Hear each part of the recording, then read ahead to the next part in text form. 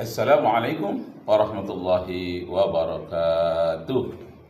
Nashkurullah syukran katsira bi qiraatil hamdalah ala hidayatihi wa taufiqihi alladhi nahnu na'isu biha wa nusallimu ala Muhammadin ala juhdihi wa bazlihi litablighi syara'i'illah hidayatan lana.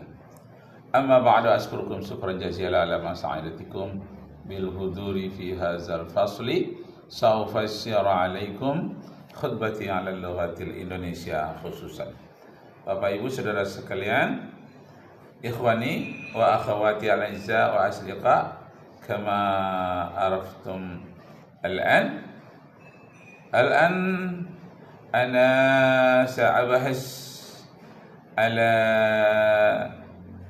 syai'in nahwa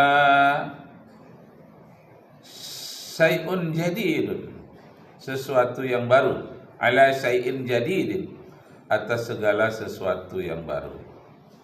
Kenapa? Karena tidak cukup Al-Quran dan hadis saja. Nah, perlu sesuatu yang baru.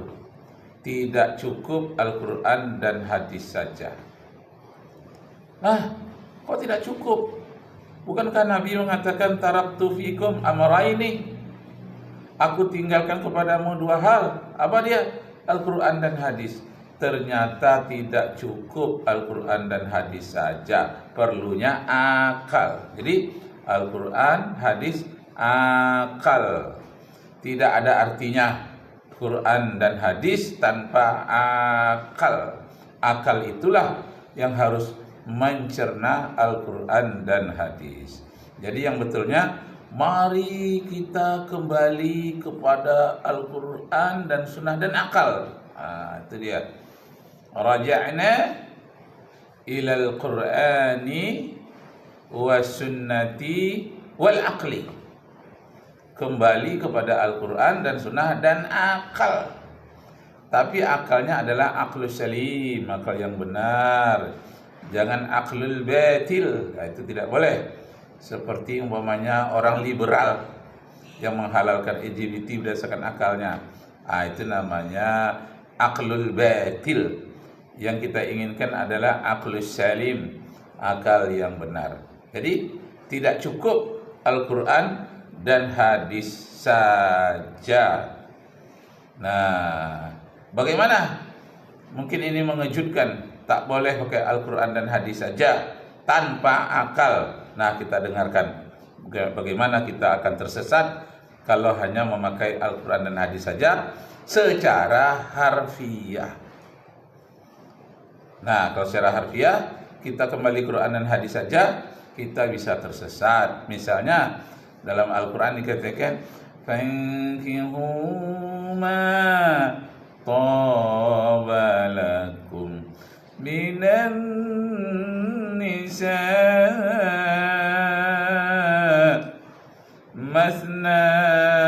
masna wa thulatha wa ruba'. Nikahilah wanita yang baik-baik, jumlahnya 2, 3, dan 4. Nah, kalau secara harfiah seperti Abu Daud Az-Zahiri, nikahilah 2, 2, 3 tambah 3 sudah 5, waruba ditambah 4 jadi 9 jadinya. Nah, itulah kalau secara harfiah Quran dan hadis saja tidak bisa, harus ada akal yang mencernanya. Bagaimana akal mencernanya? Dipelajari Al-Quran tadi asbabun nuzulnya.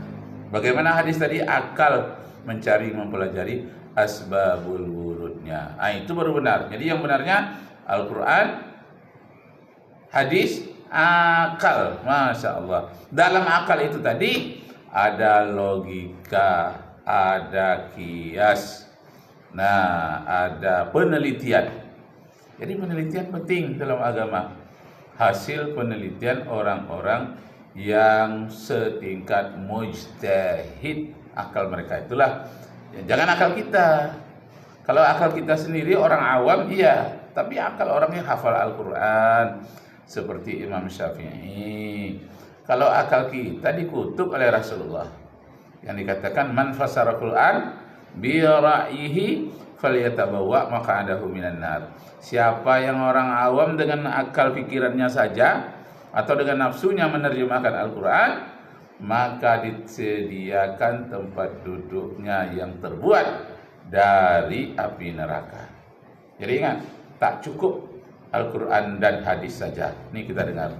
Punya belajar dari Quran dan hadis, bohong. Kalau ada orang, saya belajar sholat waktu, Quran hadis, maka saya bisa sholat ini, bohong. Wallahi, demi Allah bohong. Kan katanya, kata Rasul, sholatlah kamu seperti aku sholat. Nah, seperti aku sholat itu gak ada Quran hadis, gak ada. Adanya ulama itu memahami. Ulama itu memahami sholat yang ada ini dari sholat yang dicontohkan oleh Rasulullah. Itu sudah kesimpulannya menjadi teori. Oh, rukunnya sholat ada 17. Itu dari observasi. Observasi Rasulullah. Berarti gini Pak Kiai, Ya. berarti kan satu tadi dari surat yang sudah disampaikan tuh gubernur Iya, tadi, iya. satu berarti kan harus memahami Quran. Ya. Kemudian yang kedua hadis. Kemudian yang ketiga itu Ikut akalnya ulama lagi. ya, dengan kias, Istihadnya kemudian ulama. ya, istihadnya ulama. Nah, berarti kan ijtihad itu kan aturan detailnya. Iya. Saya misalnya baca kaitannya dengan ayat puasa. Ya ayyuhalladzina amanu Kutiba al-musyam. ya ayyuhalladzina amanu kutiba alaikumusiyam kama kutiba alal ladzina min qablikum la'allakum tattaqun. Nah, di sini kan disebutkan diwajibkan untuk puasa. Detail puasanya ada di ijtihad dan qiyas. Iya. Siap. Rukunnya sholat berapa, yang membatalkan apa saja. Itu jadi rinciannya itu loh. Ya. Di ilmu fikih. Ilmu fikih produk dari akalnya para ulama. Itu urutannya ngomong tuh. Ya. Berarti kalau saya menyambungkan gini Pak Kiai, di Al-Qur'an itu gambaran besarnya. Ya. Kayak misalnya ini, puasa itu diwajibkan untuk goalnya adalah takwa. Ya. Kan biasanya kan kita akan fokus kepada aturan-aturan. Cuman problemnya gini Pak Kiai, kadang kita sebagai umat ini ya belajar aturannya, akhirnya fokus kepada aturan, lupa goal utamanya nih. Ya. Nah, tentang puasa misalnya, menurut bahasa, hei orang-orang yang beriman diwajibkan atas kamu berpuasa. Apakah atas itu maksudnya di atas? Kan tidak. Kalau di atas berarti sorban ini aja yang wajib berpuasa, yang lainnya tidak. Jadi ala di situ bukan artinya di atas. Ala di situ artinya terhadap atau kepada. Diwajibkan kepadamu berpuasa. Mentang-mentang ada ala ini di atas terus, terlalu harfiah. Padahal ala itu ada dalam arti ila, kepada. Diwajibkan kepadamu berpuasa sebagaimana telah diwajibkan kepada umat-umat sebelummu, umat Nabi Musa dan umat Nabi Isa alaihi salam, umat Nabi Daud. Nabi Daud puasanya sehari puasa hari tidak. Nabi Musa kalau nggak salah itu 3 hari puasa, 3 hari tidak. Kalau Nabi Isa yang puasanya 40 hari 40 malam. Disebutkan di dalam kitab Matius pasal 4 ayat 2 bahwa Nabi Isa puasa 40 hari 40 malam. Saya tanyakan kepada teman saya yang pendeta Nababan, ya berarti kalian puasa 40 hari 40 malam? Tidak Pak, kenapa? Saking beratnya, ya tidak kami laksanakan. Kami laksanakan mana yang kami sanggup saja. 40 hari 40 malam puasa kami tidak sanggup, katanya tidak ada kami yang melaksanakannya. Masya Allah. Nah, kembali kita kepada tidak cukup Al-Quran dan hadis saja, masih memerlukan akal. Al-Quran, hadis dan akal. Kalau bahasa Arab begini, kalau bahasa Arab ada muskirun, ini barang memabukkan. Wa kullu muskirin khamrun, setiap memabukkan berarti masuk golongan khamr. Wa kullu khamrin haram, khamr itu rupa apa saja, bentuk apa saja haram. Fahadha haram, maka ini barang itu namanya qiyas burhan. Qiyas burhan. Oh ya, qiyas aulawi tadi adalah satu contoh, maaf terlewat. Wala taqrabuz zina innahu kana fahishatan wa sa'a sabila. Kamu jangan sekali-kali mendekati zina. Kalau dibilang nanti dekat ya nggak boleh, lakukan boleh. Nah itu. Wala ansab wala zlam rijsun min amali syaitan. Kan itu laku. Mau berpuasa atau dekat, coba. Ada lagi kias burhani, kias fakta. Sabu-sabu, narkoba. Kias fakta. Itu walata harhuma. Kamu jangan ngomong kasar, kamu jangan bentak-bentak ayat itu. Kalau nempel, Nggak disebut. enggak. Kalau nempel boleh enggak? Apalagi Iya. kata-kata apa itu namanya kias aulawi, lebih-lebih aulawi. Kias aulawi, masya Allah. Nah, jadi Al-Quran, hadis, ijma, kias. Jadi mari kembali kepada Al-Quran, sunnah, dan akal. Mustahil kita bisa memahami Al-Quran dan sunnah tanpa akal. Nah, ini kita akan mendengarkan bagaimana. Nah, kita ingin mendengarkan bagaimana sesungguhnya daging anjing itu diharamkan melalui kias. Tidak ada dalam Al-Quran dikatakan daging anjing haram.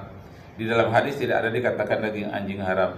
Diharamkan daging anjing melalui kias dan melalui kias musawi yang bersamaan dengan jilatan anjing itu dagingnya, lendirnya, seluruh anggota tubuhnya diharamkan. Masya Allah. Nah, ini kenapa daging anjing itu diharamkan. Dengarkan.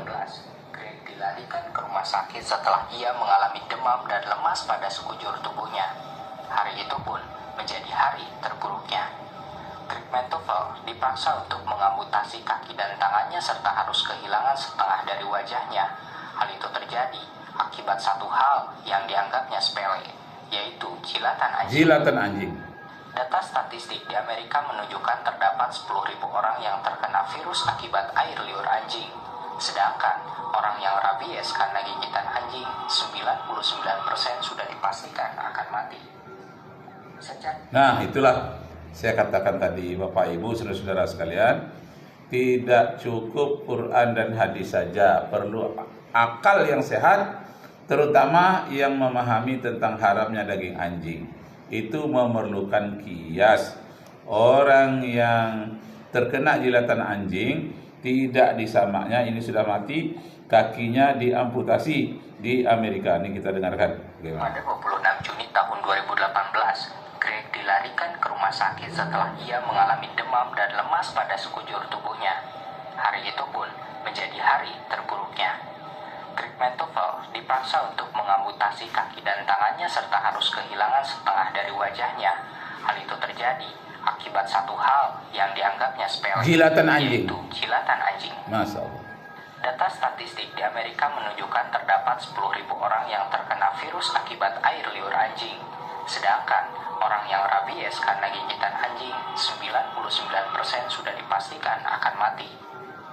Secara ilmiah, anjing dapat menularkan berbagai penyakit kepada manusia. Dr. Ian Royet menemukan 180 sel telur ulat dalam 1 gram tubuh anjing. Seperempat lainnya membawa 71 sel telur yang mengandung jentik-jentik kuman yang dapat tumbuh dan berkembang. 3 diantaranya dapat matang yang cukup dengan menempelnya pada kulit.